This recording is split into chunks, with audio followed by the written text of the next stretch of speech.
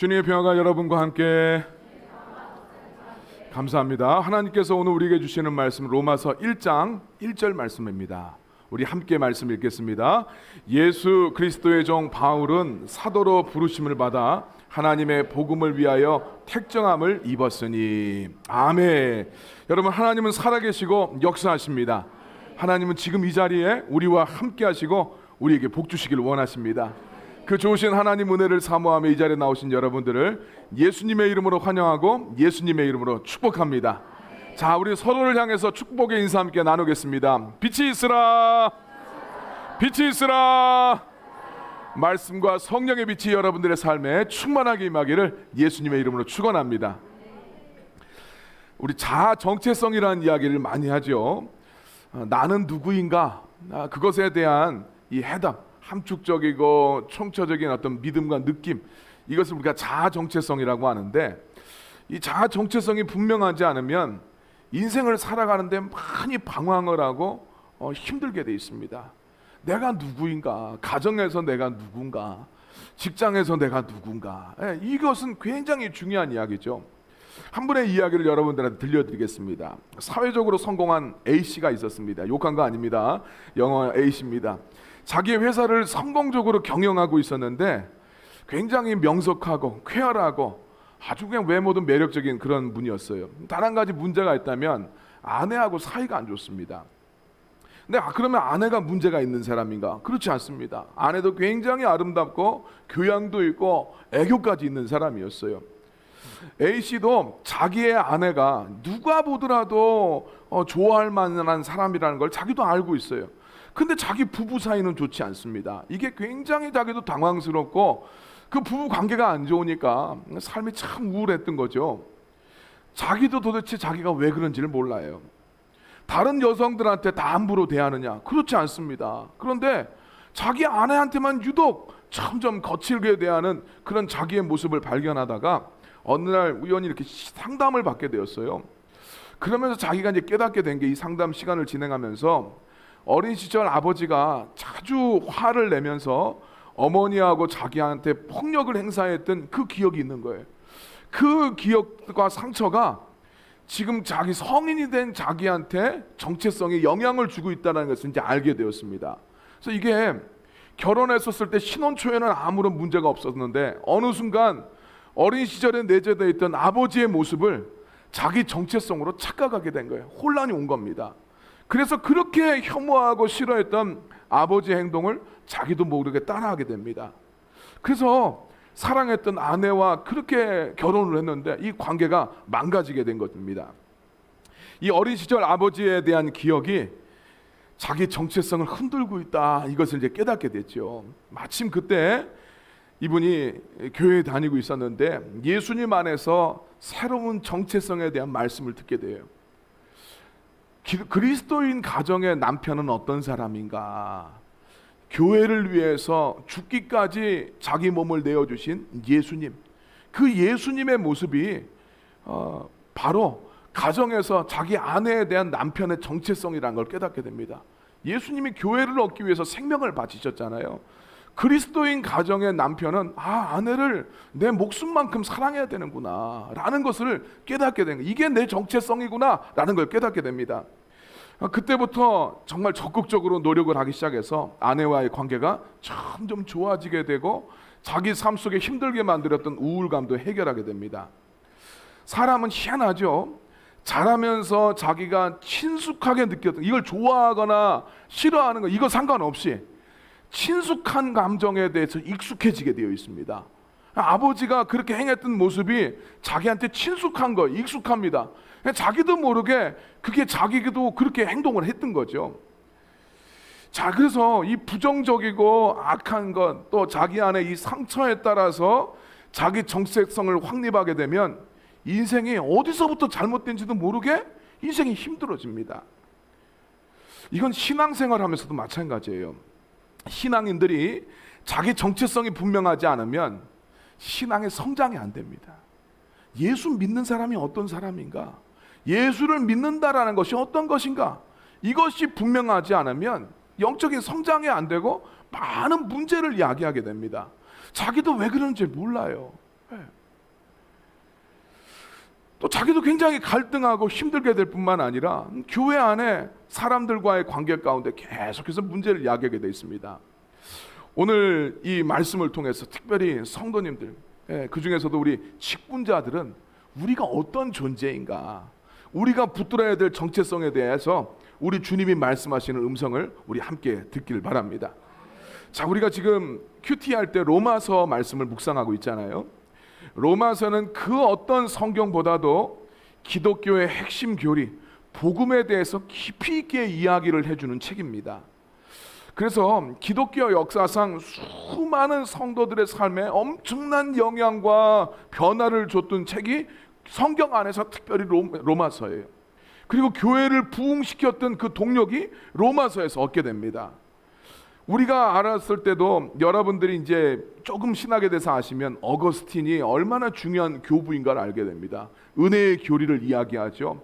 또 종교개혁을 이끌었던 루터와 칼빈, 또 영국에서 활용했던 이 존 웨슬리라든지, 그 다음 현대에 와서는 전부 다 그냥 이 자유주의 신학으로 도배가 되어 있었을 때 이 신학계를 각성시켰던 칼바르트, 현대의 미국의 그 맨하탄 가운데 교회를 개척해서 훌륭한 사역을 했던 팀 켈러 목사님 같은 이런 기라성 같은 교회의 지도자들을 회개하도록 이끌고 그들한테 영감을 주고 그들이 돌파할 수 있는 신학적인 근거를 마련해 준 책이 로마서예요.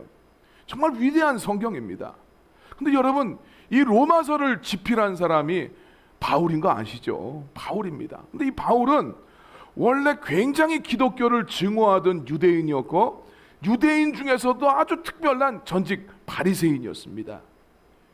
기독교의 첫 번째 순교자는 스데반 집사인데 이 바울은 그 스데반 집사의 순교에 깊이 개입했던 그런 인물로 알려져 있습니다.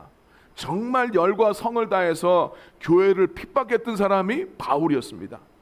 그런데 그 사람이 교회를 사랑하고 예수님 앞에 같이 나갔던 사람이 아니라 교회를 정말 파괴하려고 했고 예수님을 증오했던 이 바울이 썼던 그 편지, 로마에 보냈던 로마서가 기독교에 가장 영향력 있는 성경 말씀이 됩니다. 어떻게 이런 일이 일어나겠어요? 뿐만 아니라 이 바울은 기독교를 전파하는 데 있어서 엄청나게 헌신을 합니다. 원래 이 사람은 예수님을 비방했던 사람이고 예수 믿고 있는 사람들을 박해하고 폭행했던 사람인데 어떻게 그렇게 위대한 복음의 편지를 집필하고 또 복음을 전달하는 위대한 이 전도자가 되었을까요? 그에 대한 대답이 오늘 로마서 1장 1절 말씀에 나옵니다. 다시 한번 우리 이 말씀 함께 읽겠습니다. 예수 그리스도의 종 바울은 사도로 부르심을 받아 하나님의 복음을 위하여 택정함을 입었으니. 아멘.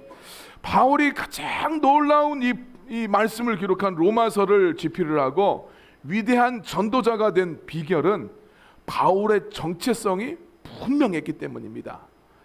바울은 자기의 정체성의 핵심을 예수님 앞에 속한 사람으로서 인식을 했어요. 난 예수님께 속했다.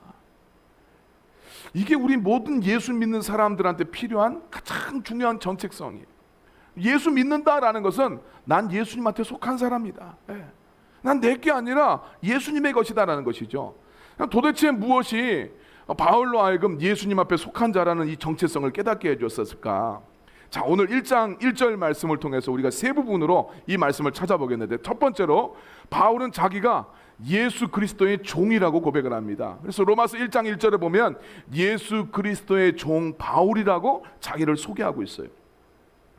예수님은 지금 이 로마서를 썼을 때는 이미 30년 전의 이야기고 이미 AD 30년에 예수님은 총독 빌라도 치하에서 팔레스타인에서 처형당했습니다. 근데 바울은 이야기하는 거예요. 그분이 죽은 게 아니라 그분이 자기의 주인이고 나는 그분의 종입니다 라고 고백하고 있어요. 바울이 예수님을 자기의 주인으로 고백하라고 자기는 예수님의 종이라고 이야기했던 이유는 예수님이 자기에 대한 값을 지불하고 자기를 샀기 때문이다. 노예제 사회인데 예수님이 자기의 값을 지불하고 나를 사셨다. 그래서 나는 예수님의 것, 예수님의 종이다 라고 이야기합니다. 자, 이 이야기를 고린도전서 6장 19절 20절 말씀에 이렇게 고백합니다. 같이 한번 우리 말씀 읽겠습니다. 시작. 너희 몸은 너희가 하나님께로부터 받은 바 너희 가운데 계신 성령의 전인 줄을 알지 못하느냐. 너희는 너희 자신의 것이 아니라 값으로 산 것이 되었으니 그런즉 너희 몸으로 하나님께 영광을 돌리라. 아멘. 예수님이 값을 주고 샀대요. 그래서 그분의 소유가 됐고 그분이 다스리기 때문에 그분의 종이다라고 인식을 했습니다. 자, 우리 로마서를 통해서 바울은 유대인이든지 하나님을 알고 있던 사람들이든지 이방인이든지 모두 하나님의 기준이 이르지 못한다라고 이야기합니다. 이 말씀은 우리들한테 적용하면 예수님을 믿는 사람이든지 예수님을 아예 안 믿는 사람이든지 하나님의 기준에 이르지 못하는 건 다 동일하다. 이건 여러분 2000년 전에만 있는 것이 아니라 오늘도 똑같아요. 예수님을 믿어도 우리는 하나님이 원하시는 수준에 이르질 못해요. 그걸 우리들 스스로 잘 알아요. 예. 나 완벽하게 신앙생활 잘하고 있다라고 생각하시는 분 있습니까? 없어요. 완벽하다라는 것은 아무런 흠이 없어야 돼요. 단지 예배만 가지고 우리가 예를 들어보겠습니다. 예배만 가지고도 우리가 완벽하게 예배 드린다는 것은 시간을 지킨다는 것뿐만 아니라 이 시간에 어떤 생각도 하면 안 돼요. 정말 주님의 임재 안에 들어가고 나가야 됩니다. 그런데 우리 그러잖아요. 찬양을 할 때도 처음 예수를 믿는 분들은 주변 사람을 의식합니다. 예, 다 의식을 해요. 남이 나를 어떻게 볼까? 하나님 앞에만 집중하면서 우리는 나아가지 못해요. 그거 우리 다 알고 있어요. 근데 하나님이 원하시는 예배는 그런 수준의 것이 아닙니다. 우리가 몸은 와 있고 여러분들의 시간을 구별하면서 우리가 하나님 앞에 나와 있지만 우리는 주님이 원하시는 그 수준의 예배뿐만 아니라 섬김이나 모든 신앙의 전반들이 이르지 못해요. 그래서 이거는 교회를 다니는 사람들이나 다니지 않는 사람들이나 똑같다라는 거예요. 기준에 미달되는 건 똑같다라는 이야기예요. 그런 의미에서 하나님 앞에 다 죄인입니다. 그래서 이 죄인은 죄값을 치러야 돼요. 성경에서의 죄값은 자기의 생명으로 치러야 됩니다. 그래서 원래는 다 예수를 믿는 사람들이나 안 믿는 사람, 교회 다니는 사람이라 합시다. 자꾸 헷갈리니까. 교회 다니는 사람이나 안 다니는 사람이나 하나님의 진노 아래서 지옥에 떨어져야 될 자리인데 예수님이 당신의 생명으로 죄값을 치러주신 거예요. 그래서 자격이 안 되는데 하나님의 자녀로 삼아 주셨어요. 자격이 안 되는 자를 주님이 나를 하나님을 아버지라고 부를 수 있는 자로 삼아 주셨기 때문에 내 인생은 이제 내 것이 아니라 예수님의 것이 되었다. 예수님이 그 일을 이루시기 위해서 자기 생명을 바친 거예요. 그러니까 나는 예수님이 자기의 생명을 주고 산 예수님의 것이 되었다라고 고백을 하는 겁니다. 자, 로마서 3장 23절 24절 다시 한번 이 말씀을 이야기합니다. 같이 한번 읽겠습니다. 모든 사람이 죄를 범하였음에 하나님의 영광이 이르지 못하더니 그리스도 예수 안에 있는 속량으로 말미암아 하나님의 은혜로 값없이 의롭다 하심을 얻은 자 되었느니라. 할렐루야. 그렇습니다. 우리는 누구든지 다 주님의 기준에 이를 수가 없는데 예수님이 그런 우리에 위해서 죄값을 치러주셨어요. 교회에 다닌다고 저절로 내가 깨끗해지는 것이 아니라 예수 그리스도의 은혜가 아니면 우리는 구원받지를 못해요. 예수님이 값을 치러주심으로써 우리가 하나님 앞에 서게 되었다. 그래, 주님이 값을 치러줬으니까 나는 예수님의 것이다 라고 이야기하는 거예요. 그리고 바울은 이 일이 자기 안에서만 일어난 일이 아니라 모든 믿는 사람들한테 동일하게 이 일이 일어난다고 이야기합니다. 로마서 1장 6절 말씀입니다. 같이 읽겠습니다. 너희도 그들 중에서 예수 그리스도의 것으로 부르심을 받은 자니라. 할렐루야. 나만 그런 것이 아니라 당신들도 다 예수의 은혜로 하나님의 것으로 부름받은 바가 되었습니다. 자, 그래서 너희 모든 믿는 사람들, 여기에는 전제가 있습니다. 너희들의 스스로 너희들의 그 행위로, 아까 예를 들었어요. 그 너희들의 그 완벽하지 못한 행위를 통해서는 하나님의 기준에 이를 수가 없는데 그런 너희를 용납해 주신 예수님. 그래서 그 주님이 용납해 주시려면 내 죄를 인정해야 돼요. 나는 주님 앞에 온전히 집중이 안 되는 사람입니다. 나는 하나님 앞에 진정한 가치를 올려드리는 그런 사람이 아닙니다. 나 그렇게 못 사는데 주님이 그런 나를 용납해 주셨습니다. 이것을 인정하고 수용한다면, 그 예수님의 행하신, 우리가 믿는다라는 것은 예수님 살아계시지 요거 믿는 게 아니에요. 예수님이 우리 위해서 행하신 일, 그것을 받아들이고 인정하는 거예요. 그 일의 전제는 뭐냐면, 나는 내 스스로 하나님의 기준에 올라갈 수가 없는데 예수님이 나를 위해서 그 대가를 지불해 주심으로써 난 예수님 덕분에 하나님의 기준에 이르게 되었습니다 라고 고백하는 거예요. 그래서 이 기준이 반드시 되어지려면 내가 죄인인 것, 내가 하나님의 기준에 이르지 못하는 사람이라는 것을 인정하는 게 필요해요. 내가 그런 사람인데 예수님이 값을 주고 나를 사셨기 때문에 예수 그리스도의 것이다 라는 이야기입니다. 자, 여러분들이 정말 이 복음을 믿는다면, 그러면 여러분은 예수님의 것이에요. 복음을 수용하게 됐었을 때, 진짜 복음을 내가 인정하고 내가 동의가 되었었을 때는 우리는 이 논리의 연장선상에 있어서 당연히 나는 예수님의 것이다 라는 것을 인정하지 않을 수가 없어요. 사실 이 사실이 분명하게 고백되지 않으면 교회는 다니지만 진짜 믿는 사람은 아니에요. 진짜 믿는 자가 아니라면 사실은 직분도 감당할 수가 없어요. 안 믿는데 무슨 직분을 감당합니까? 그래서 내가 정말 주님의 직분을 감당한다라는 것은 나의 죄인됨을 고백하는 것이고, 나를 구원하신 예수님의 은혜를 찬양하는 거예요. 자, 그런데 이게 이 부분이 사실 우리들한테 쉽지가 않아요. 그래서 이게 이제 하나님의 특별한 은혜라고 하는 이야기예요. 내 죄와 허물들이 깨달아지는 게 성도 안에서 쉬운 일이 아니에요. 아니, 난 교회 나왔는데, 교회 나왔으면 됐지 뭘 또 내가 무슨 죄인이야, 이게 이해가 안 됩니다. 그런데 하나님이 그 마음을 탁 만져주면 내 허물들이 보여져요. 너무나 더럽고 너무나 역겨운 내 모습들이 그대로 리얼하게 보입니다. 그래서 내 죄를 깨닫게 되는 것, 이것이 하나님이 베풀어 주신 은혜인 것을 믿으시길 바랍니다.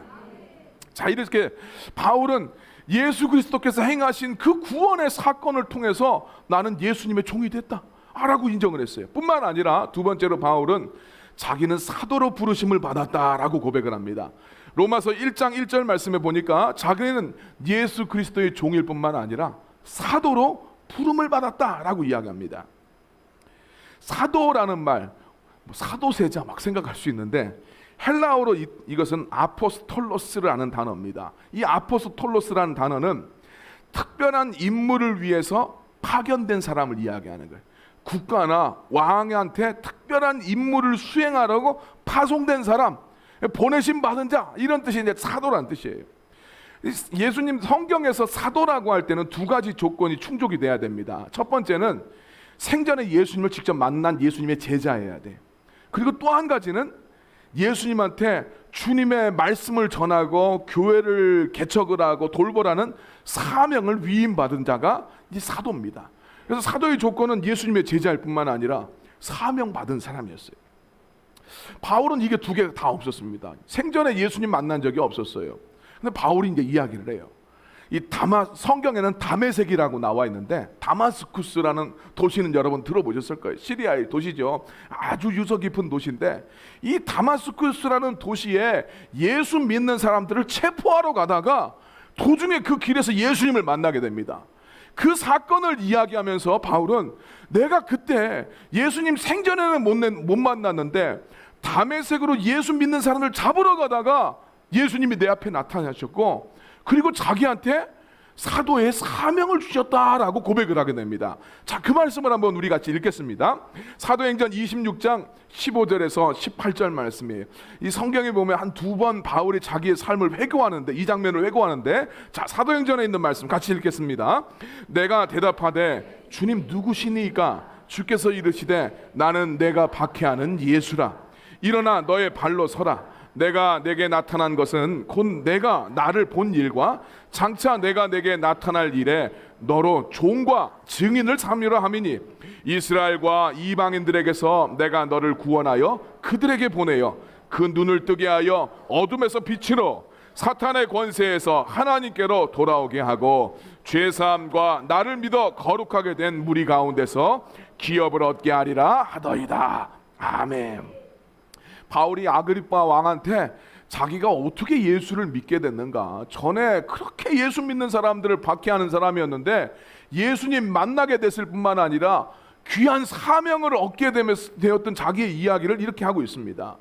이때 지금 이야기한 내용이 그거예요. 16절 말씀에 보니까 네가 나를 만났던 일과 장차 내가 너에게 나타날 일, 그러니까 이것은 주님이 계시를 해주시는 거예요. 자꾸 바울한테 알려주셨는데 네가 나를 본 오늘 이 사건과 앞으로 내가 너한테 계시해 줄 일을 네가 이 세상 사람들한테 전해서 그들을 정말 예수님 앞으로 돌아오게 하는 일, 이 일을 위해서 내가 너를 세상에 보낸다라고 주님이 말씀해 주셨어요.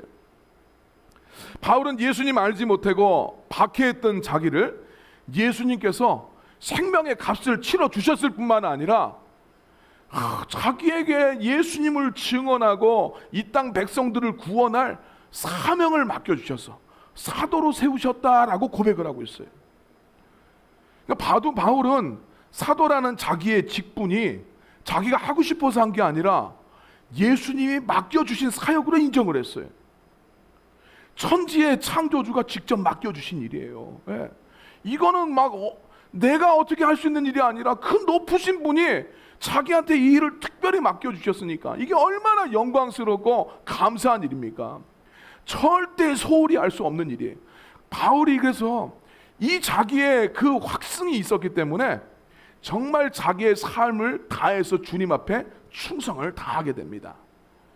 그리고 주님은 이렇게 사도들에게 내려주신 이 주님의 임무, 다시 말해서 하나님의 말씀을 전하고 주님의 교회를 지켜나가는 이 일을 잘 감당하라고 오늘날에 있는 모든 성도들의 직분도 그 일을 잘 감당하라고 맡겨주셨다라고 이야기합니다. 자, 에베소서 2장 20절 말씀입니다. 같이 한번 읽겠습니다. 너희는 사도들과 선지자들의 터 위에 세우심을 입은 자라. 그리스도 예수께서 친히 모퉁이 돌이 되셨느니라. 아멘. 자, 이야기를 한번 잘 봅시다. 너희는 성도들을 말하는 거죠. 오늘 우리들도 해당되는 거예요. 우리는 어떤 기초 위에 있다고 합니까? 사도들과 선지자들의 터 위에 세움을 받았다라고 이야기하는 거예요. 그러니까 오늘날 교회와 교회 생활과 사역에 대한 그 기초는 어디서부터 시작됐냐?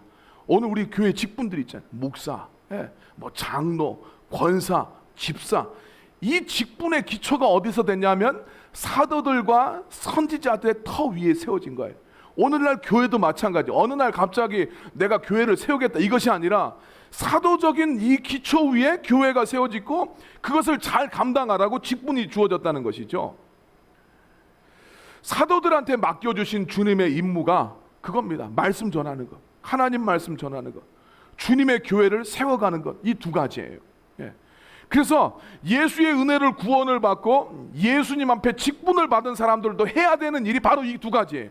하나님의 말씀을 증거하고 교회를 세워가는 거예요. 이게 사도들의 그 근거 가운데 오늘날 직분이 이루어지게 된 겁니다. 자, 그러니까 바울이 자기가 받았던 그 직분에 대한, 사도직에 대한 놀라운 감사와 충격이 있었는데 오늘날 교회의 직분이 어떤 연장선상에 있나? 바울이 느꼈던 그 충격. 야, 내가 이렇게 예수 믿는 사람을 박해하는 사람인데 나를 구원해 주셨을 뿐만 아니라 나를 사도로 삼으셨어? 그 충격, 거기에 대한 감사. 나를 죽여버리지 않고 나를 써주시는 거예요. 오늘 우리의 직분에 대한 그 내용이 어디냐면 바로 이 사도직에 대한 그 충격과 감사, 이 사명의 연장선에 있습니다. 그러니까 오늘 우리의 직분들, 교회 안에 직분들 너무나 흔하게 되고 너무나 막 야, 교회 몇 년 되면 다 직분 주는 걸로 생각을 하는 그런 정도의 것이 아니란 이야기예요. 우리의 직분이 누구로부터 온 것이고 우리의 정체성이 분명해지면 절대 소홀하게 생각할 수가 없다는 거예요. 우리 교회가 지금 6월 달에 항존직들을 세우려고 하죠.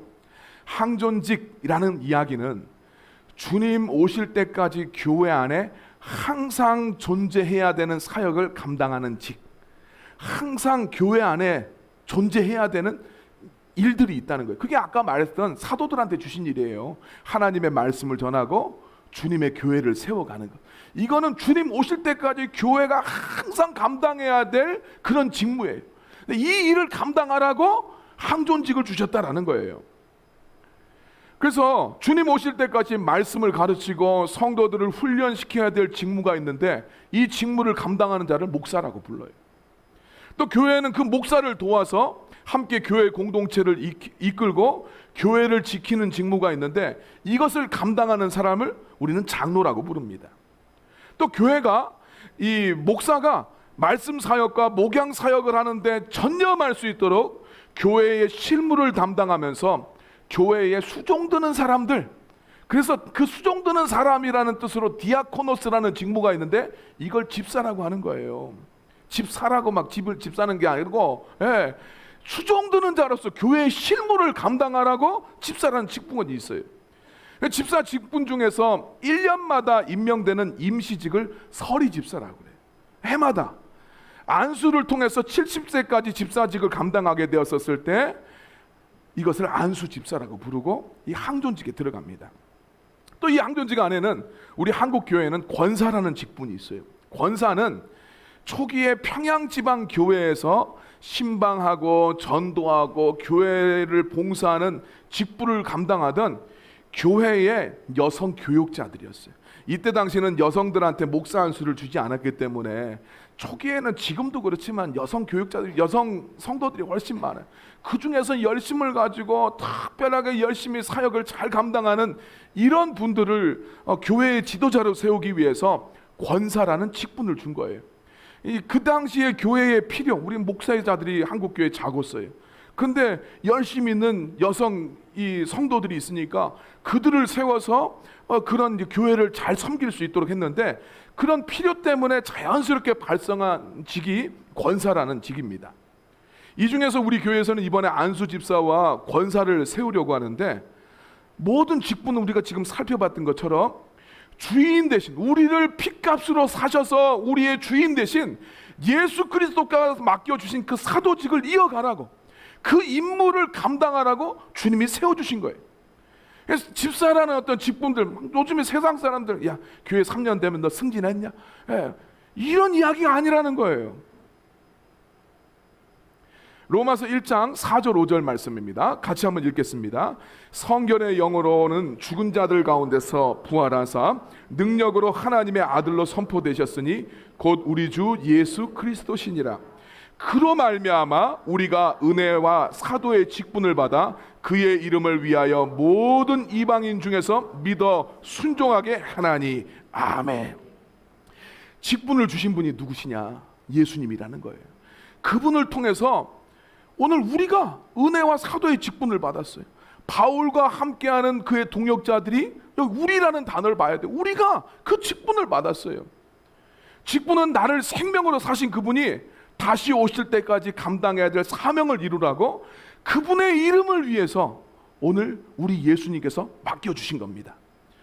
여러분, 사도라는 말이 현대적인 말로 하면 엠베서더예요. 대사입니다. 대사. 하나님 앞에 임무를 받고 파송된 사람이에요. 우리의 직분은 그 직분의 연장에 있어요. 이게 우리 정체성이에요. 우리가 이건 가져야 돼요. 이걸 놓쳐버리면 안 됩니다. 사명감을 가지고 이 정체성을 가지고 야 주님이 나한테 맡겨주셨구나. 이 사역을 여러분들이 충성되게 감당해야 될 줄로 믿습니다. 세 번째로 하나님의 복음을 위해서 주님이 특별히 택했다라고 이야기해요. 로마서 1장 1절 말씀 보니까 바울이 고백하는 내용은 예수님이 자기를 핏값으로 샀을 뿐만 아니라 자격 없는 자기를 사도라는 직분을 맡겨주셨고 뿐만 아니라 이를 이루기 위해서 주님이 택하셨다라고 이야기합니다. 바울은 자기가 이렇게 예수님의 복음을 위해서 택함을 받았는데 그 택함을 언제 받았나 이야기할 때 우리 갈라디아서 1장 15절 말씀입니다. 같이 읽겠습니다. 그러나 내 어머니의 태로부터 나를 택정하시고 그의 은혜로 나를 부르신 이가 아멘. 언제부터 주님이 택했나? 어머니의 뱃속에 있을 때부터 택한 거예요. 바울이 예수님 믿겠습니다, 내가 충성하겠습니다, 이런 다짐이 있을 때부터 주님이 택한 게 아니라 바울이 엄마 뱃속에 있을 때부터 예수님의 종이 되기 전에 다메섹에서 예수님 만나기도 전에 정말 심지어는 바울이 태어나기도 전에 하나님의 이 계획을 가지고 바울을 이미 택하셨다라고 이야기하고 있어요. 예수님 만나기 전에 바울이 얼마나 교회를 박해했던 사람인지를 생각해 봤을 때 이 이야기는 얼마나 충격적인 이야기인지 모릅니다. 그렇게 예수님 비난하고 예수님 믿는 사람들 체포하고 박해하던 사람으로서 죄만 짓고 있었는데 하나님은 이미 바울을 택하고 계셨다는 거예요. 이게 엄청난 은혜예요. 그리고 그 하나님이 그러면서도 자기를 참아주시고 이런저런 사건을 통해서 바울을 정말 주님 앞에서 사용되는 사람으로 주님이 만나주시고 거기까지 이끌어 주셨어요. 그러니까 바울이 정말 하나님의 은혜는 내가 다 알 수도 없고 하나님이 행하시는 그 놀라우신 일들을 내가 다 알 수가 없다라고 고백하게 된 거죠. 로마서 11장 33절입니다. 같이 읽겠습니다. 깊도다 하나님의 지혜와 지식의 풍성함이여 그의 판단은 헤아리지 못할 것이며 그의 길은 찾지 못할 것이로다. 아멘. 자기가 사도가 된 거는 자기가 계획하고 선택한 것이 아니라 하나님이 주도하신 모든 구원 사역의 결과였어요. 하나님이 로마서의 저자가 태어나기도 전에 그를 택하셨어요. 그리고 당신의 아들 예수 그리스도의 죽음을 통해서 이의 자유를 사셨고 다메섹으로 가는 길에서 그 사람을 분명하게 불러서 사도의 사명을 맡겨주셨습니다. 그런 후에 바울한테 복음을 주신 거예요. 이 모든 일을 계획하고 이루신 분은 하나님이셨습니다. 바울 자기가 잘나서 이렇게 된 게 아니었어요. 그러니까 다메섹에서 예수님 만나고 복음을 깨닫게 되고 나니까 예수님이 얼마나 감사한지 모릅니다. 자기 같은 비난자, 폭행자, 대적자를 우리 주님이 품어주시고 구원해 주실 뿐만 아니라 하나님 증거하는 사역을 맡겨주시니까 너무너무 감사한 거예요. 바울은 이렇게 주님에 대해서 너무 그 사랑에 감사하게 되니까 자기의 삶을 예수님을 위해서 완전히 헌신하게 됩니다. 그래서 3차 전도 여행을 마치고 이제 예루살렘으로 갈 계획을 가지고 있어요. 그런데 그때 예루살렘에 가게 되면 붙잡혀서 굉장히 환난을 당하고 박해가를 받게 될 것이라는 것을 바울 자기도 알았고 다른 교회에 기도하는 성도들이 기도하면서 받았던 감동을 이야기해 줍니다. 이번에 당신 예루살렘 가면 굉장히 어려워질 거예요. 한두 사람한테 이런 이야기 들은 게 아니었어요. 그런데 예수님의 사랑이 바울 안에서 바울이 주님 앞에 충성하지 않을 수 없도록 그 사랑으로 강권합니다. 그 사랑이 강권한다. 우리 아까 찬양에서도 그 사랑이 날 강권한다는 이야기는 예수님에 대한 사랑, 예수님이 자기를 얼마나 사랑하셨는가 그 사랑을 알게 되니까 그 사랑이 자기 안에서 자꾸 이야기하는 거예요. 내가 주님 앞에 충성 안 할 수 없도록, 내가 주님 앞에 헌신하지 않을 수 없도록 그 사랑이 내 안에서 자꾸 강권한다. 그래서 바울이 이렇게 이야기합니다. 사도행전 20장 23절에서 24절입니다. 같이 읽겠습니다. 오직 성령이 각 성에서 내게 증언하여 결박과 환난이 나를 기다린다 하시나 내가 달려갈 길과 주 예수께 받은 사명 곧 하나님의 은혜의 복음을 증언하는 일을 마치려 하면은 나의 생명조차 조금도 귀한 것으로 여기지 아니하노라. 아멘. 예루살렘 가면 붙잡힐 거 알아요. 환난과 결박이 기다리고 있는데 내게 베풀어 주신 주님의 그 은혜를 생각하면 내가 달려가야 되는 길, 주님께 받았던 사명, 이 복음을 전하는 사명, 이거 감당하는 것에 내 생명을 어떻게 아낄 수 있겠습니까? 이렇게 고백을 합니다. 정말 그래서 바울은 자기에게 베푸신 은혜의 감동에서 이 사역 끝까지 감동하죠. 여러분 구약에 보면 이 종들에 대한 규정이 나옵니다. 안식년에 대한 이야기가 나오죠. 땅도 6년 동안 경작을 하면 7년 때는 안식년을 줘서 땅을 쉬게 만들어줘요. 종도 6년 동안 어느 집에 종으로 들어가면 그 싹스를 다 주고 7년 동안 7년째가 되면 원래 자기의 집으로 돌아가게 해줍니다.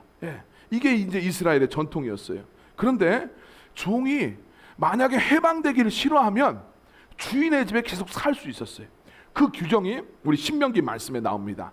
신명기 15장 15절 16절입니다. 같이 읽겠습니다. 종이 만일 너와 내 집을 사랑함으로 너와 동거하기를 좋게 여겨 내가 주인을 떠나지 아니하겠노라 하거든 송곳을 가져다가 그의 귀에 문을 대고 뚫으라. 그리하면 그가 영구히 내 종이 되리라. 내 여종에게도 그같이 할지니라. 아멘.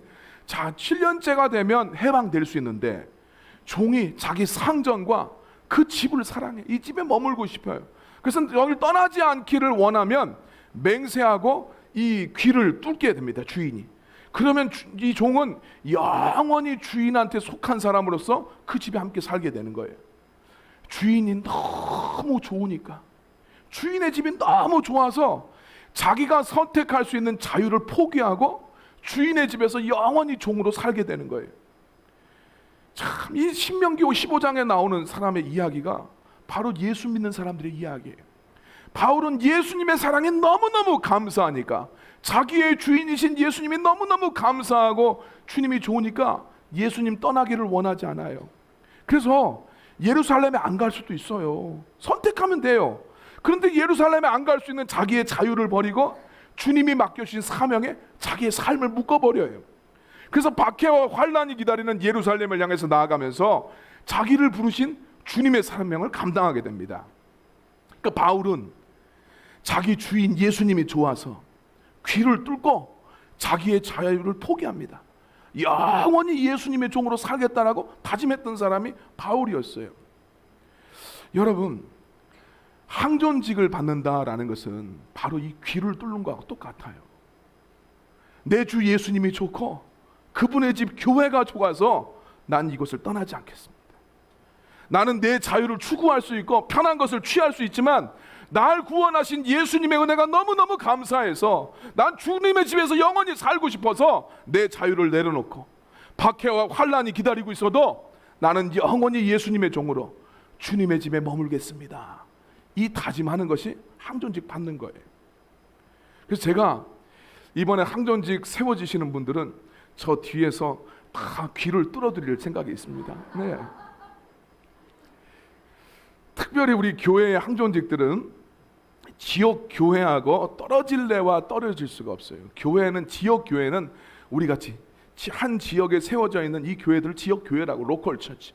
그러나 전 세계의 바른 믿음을 고백하는 모든 교회는 하나의 교회예요. 네. 영적인 의미에서 하나의 교회입니다. 그런데 항존직들은 우리가 주님의 교회에 속해 있는 것도 맞지만 지역 교회하고 연결돼 있어요. 평신도의 모든 직분은 지역 교회랑 연결이 됩니다. 그래서 교회를 떠나면 심으로 할 수가 없어요. 네. 그 교회 안에서 인정받은 직분이에요. 다른 교회에 가서 인정을 받으려면 그 교회에서 다시 과정을 밟아야 돼요. 맑은샘 교회에서 세워진 항존직들은 맑은샘 교회에 내가 영원히 머물겠습니다 다짐하는 거예요. 아무 교회나 머무는 게 절대로 아닙니다. 제가 우스갯 이야기로 이런 이야기 많이 들읍니다. 남편이 술 먹고 꼭 집에 들어올 필요가 있나? 아무 집이나 거기가 다 집이니까 거기서 자면 되지. 이렇게 생각하는 여자는 아무도 없어요. 야, 예수 믿으면 되지. 아무 교회나 가면 되지. 이건 말이 안 돼요. 내가 속한 교회가 있는 거예요. 항존직이 된다라는 것은 난 예수님의 종으로 예수님의 집, 주님이 나를 인도하신 맑은샘 교회에 내가 영원히 머물겠습니다. 내가 이곳에서 주님 섬기겠습니다. 이거 다짐하는 거예요. 이 각오가 없으면 이 직분 받으면 안 됩니다. 이 정체성이 분명하지 않고 자기 상처 따라서, 자기 감정 따라서, 생각 따라서, 세상 풍조 따라서, 세상 가치관에서 신앙의 정체성이 형성되게 되면 아까 전에 우리 서두에서 이야기했던 그 A씨처럼 항상 힘들고 갈등이 오고 신앙생활을 해도 내가 왜 이런지도 모르겠고 그 신앙생활하면서 괴로운 신앙생활을 하게 돼 있어요. 정체성이 분명히 세워져야 됩니다. 여러분, 예수 믿는다는 건 여러분이 어떻게 될지 모르겠지만 예수님이 값을 주고 샀어요. 우리가 예수 믿는다는 거 그거 인정하는 거예요. 예수님 존재해, 이거 수준이 아니에요. 여러분, 예수님 안에서 성경적인 정체성을 분명히 아십시오. 내가 기준이 아니라 예수님이 기준이에요. 모든 것의 기준은 주님이 어떻게 하셨나, 주님이 뭐라고 하셨나, 이것이 바울의 존재를 구성하고 자기 정체성을 얻는 기준이 됩니다. 예수 믿는다라고 했을 때는 주님이 행하신 일, 주님이 오늘 똑같이 나에게 뭐라고 말씀하시나, 이게 우리의 정체성의 기준이 돼야 돼요. 그것이 진짜 신앙생활입니다. 우린 취미로 신앙생활을 하지 않습니다. 마음의 평안도 있지만 신앙생활하는 것은 내 마음의 평안을 얻는 것 이상입니다. 우리의 존재의 문제이고 실제적인 삶의 문제입니다. 주님이 그런 정체성을 가지고 살아가는 사람들, 이 사람들을 사용하시고 또 그들을 축복해 주실 줄로 믿습니다. 여러분들이 예수 믿으면서 이 정체성 붙드시고, 특별히 여러분 직분을 감당할 때 그 정체성 가운데 여러분 직분에 대해서 생각을 하십시오. 세상적인 이야기, 다른 이야기로 여러분 기초를 세우면 안 되고, 야 승진했냐? 그 세상 사람들 이야기. 나는 어떤 고백으로 주님 앞에 나아가는가? 여러분 이 고백을 예수님 안에 분명하게 하시기를 예수님의 이름으로 축원합니다.